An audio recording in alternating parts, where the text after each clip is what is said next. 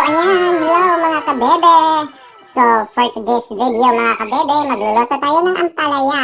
Kasi lulutuin ko sana mga kabebe yung tawag dito, chicken longganisa. Then, nakita ko po yung ampalaya, sabi ni daddy, ipagsabay mo na lang yung dalawang yan. Kasi pwede naman, sabi ko, may ganun daddy, kala ko pag ampalaya, itlog lang nilalagay. Sabi naman ni daddy, pwede daw. So, ayan, niloto ko na mga kabebe para uulamin namin. Kasi yung bunso ko sanay din naman kumain ng gulay.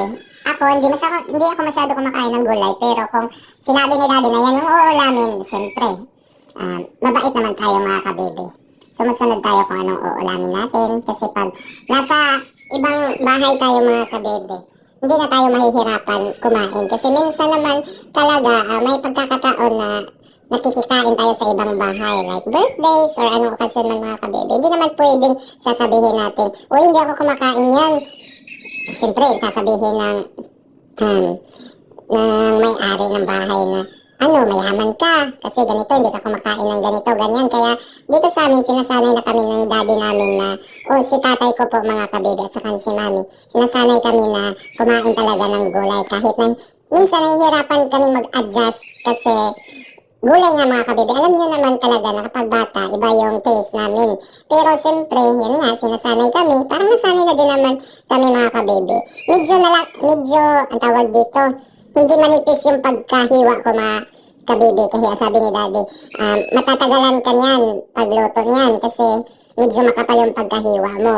First time ko magluto mga kabebe ng ganito.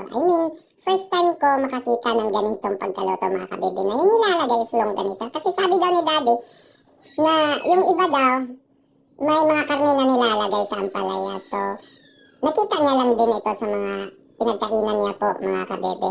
Kasi ang alam lang din talaga ni daddy is itlog lang talaga yung nilalagay ng ampalaya. Pero mga kabebe, alam niyo ba na yung daddy ko is pag nagluluto si Lola ng ganito, ampalaya na with egg, hindi niya kinakain yung egg, mas pinipili niya yung ampalaya.